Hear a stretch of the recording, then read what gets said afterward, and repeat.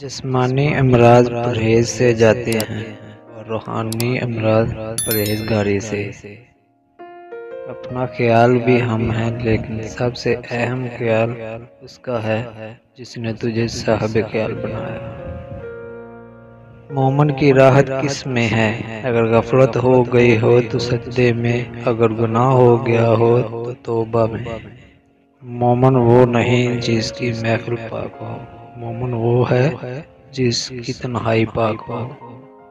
انسان کو اچھی سوچ پہ وہ انعام ملتا ہے جو اسے اچھے اعمال پہ بھی نہیں ملتا، کیونکہ سوچ میں دکھاوا نہیں ہوتا۔